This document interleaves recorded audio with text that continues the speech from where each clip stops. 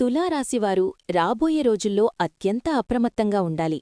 మీ జాతకంలో గ్రహాల గతి ప్రస్తుతం అనుకూలంగా లేకపోవడం వల్ల మీకొక పెద్ద గండం పొంచి ఉండట్లు సూచనలు కనిపిస్తున్నాయి.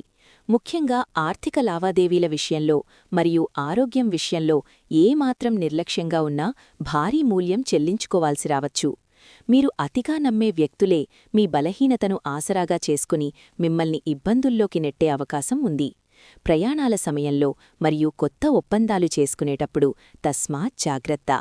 ఈ సమయం మీకొక అగ్ని పరీక్ష వంటిది, కాబట్టి ప్రతి అడుగు ఆలోచించి వేయండి. ఈ గండం నుండి బయటపడటానికి మరియు గ్రహదోష తీవ్రతను తగ్గించుకోవడానికి ప్రతిరోజూ లక్ష్మీ అష్టోత్తరం పఠించడం లేదా వెంకటేశ్వర స్వామిని ఆరాధించడం అత్యంత శ్రేయస్కరం.